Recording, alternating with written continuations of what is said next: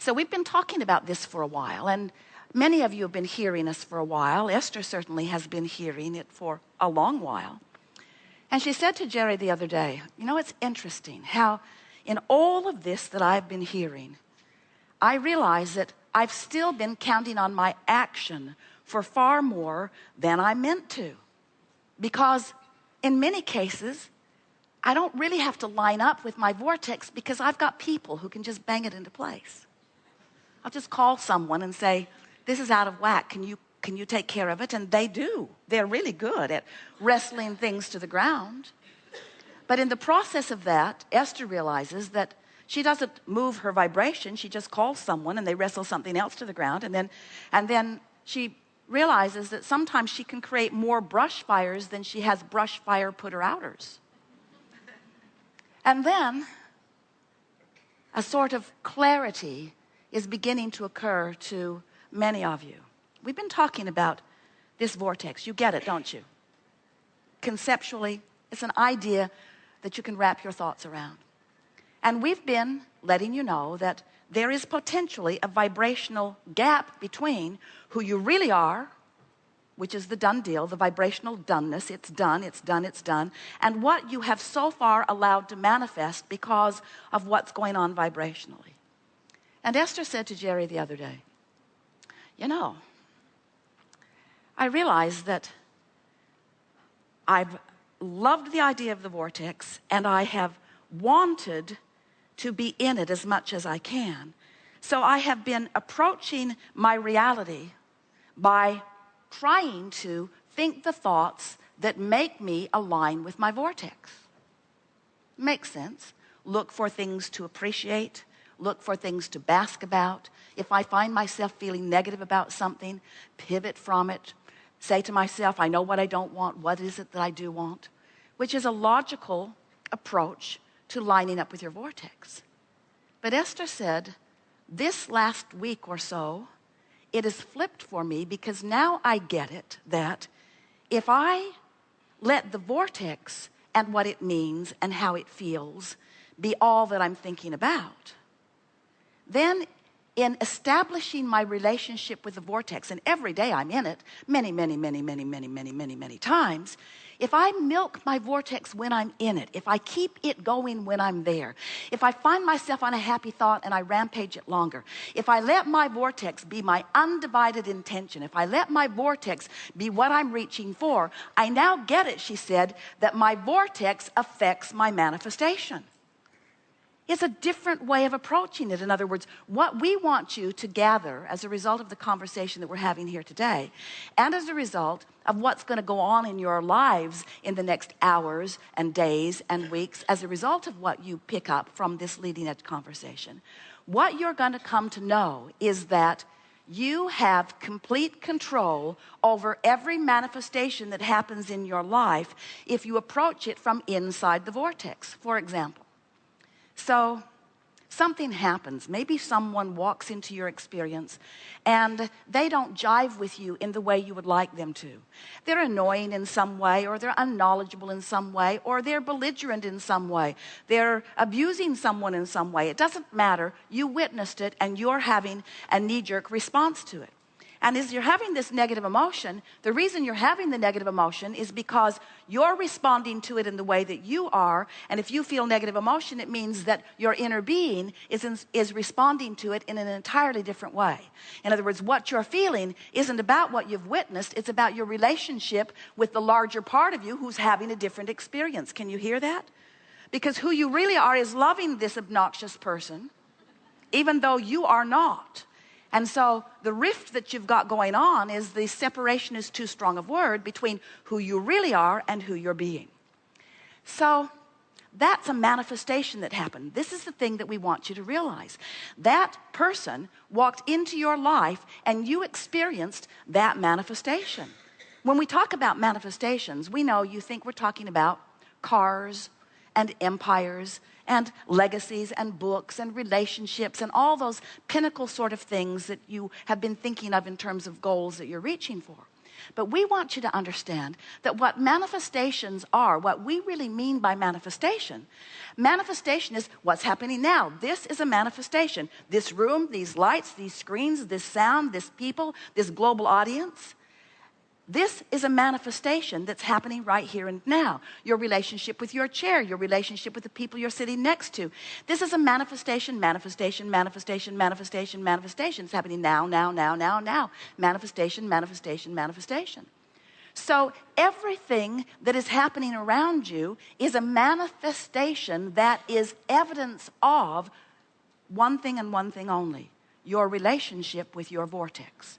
Your relationship with your vortex. So the fact that this annoying person is there, or this belligerent person is there, is your manifestation, which is simply reflecting back to you your relationship with your vortex. That's all. And that's what's so interesting. Esther nearly fell off the bed, and then the chair, and then the car, and then the bed, and then the chair, and then the car. As these processes have been going through her mind, the thought processes, as she realizes that everything that's happening is a reflection of only one thing: her relationship with the vortex. So, for example, Esther said to Jerry, if I were to do something for you kitchen-wise, in my beautiful new kitchen, what would you like it to be? And Jerry said, I would like oatmeal and raisin cookies. And Esther said, consider it done. So she went to the kitchen, snatched everything out of the cupboard except baking soda, which was not there, because she has never baked in this kitchen before. And so she said to Jerry, I'm on the hunt for baking soda. And Jerry said, I think I saw some in the refrigerator at the guest house, because Sylvia has freshened everything, and I think it's in there, like a freshener thing. So Esther said, I'm on it. So she jumped in the car. Now, their garage is carpeted, which is a little tricky, because on 3 occasions, Jerry has ended up at a restaurant with no shoes on. Because it just feels logical to get in the car from the car.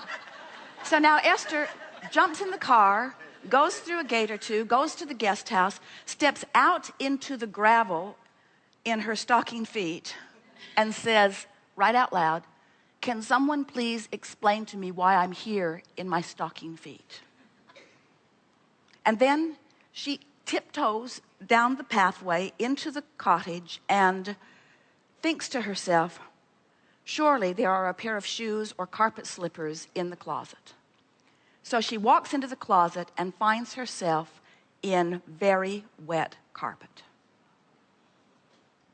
She calls Fidel, and he tells her, as he examines it, that the air conditioner, no one's been in the cottage for a long time, the air conditioner has been running, it's plugged up, and it is draining into the closet. And Esther is saying, now no one needs to tell me why I'm here in my stocking feet. In other words, a manifestation, a path of least resistance. Jerry wants cookies. He wants the kind of cookies that don't have the baking soda. The baking soda isn't in the house, but the baking soda is at the cottage. Esther goes in her stocking feet. Now, you might say coincidence. You might say, oh, that's one way to twist a really stupid story into something meaningful. But what it is the path of least resistance manifestation, because things are always working out for you. You see, things are always working out for you.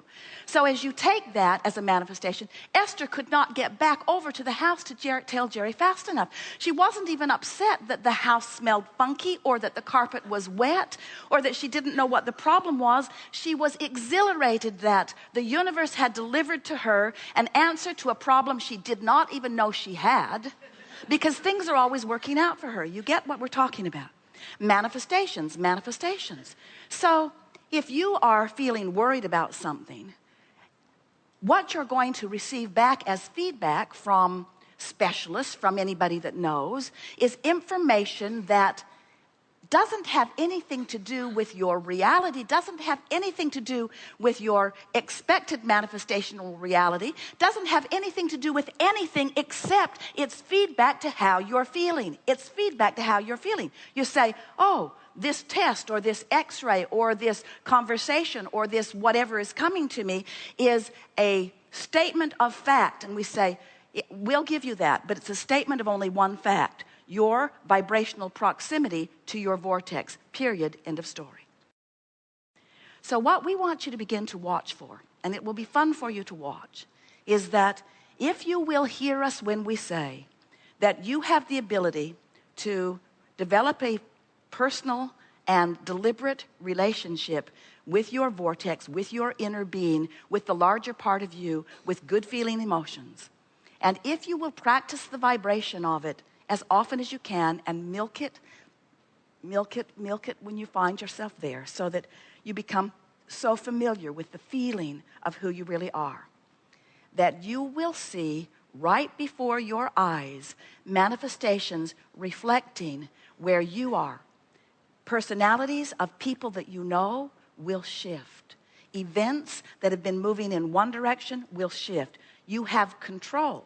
You are the creator of your own experience, because you are the creator of your relationship with your vortex.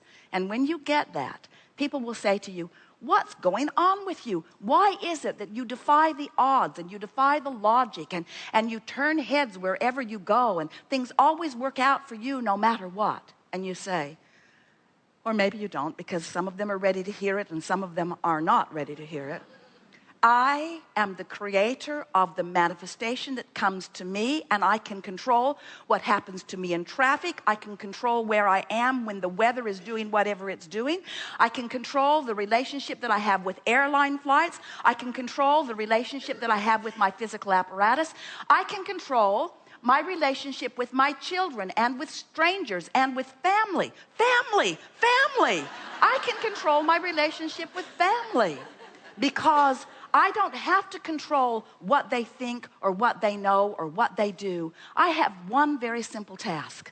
I know that who I really am exists as a loving, expansive, expanding, eternal being, and that part of me is the largest reality that exists. And I have access to the awareness of my relationship with that. And now I've got that down. Everything in my experience is not just working out for me eventually, it's working out for me now.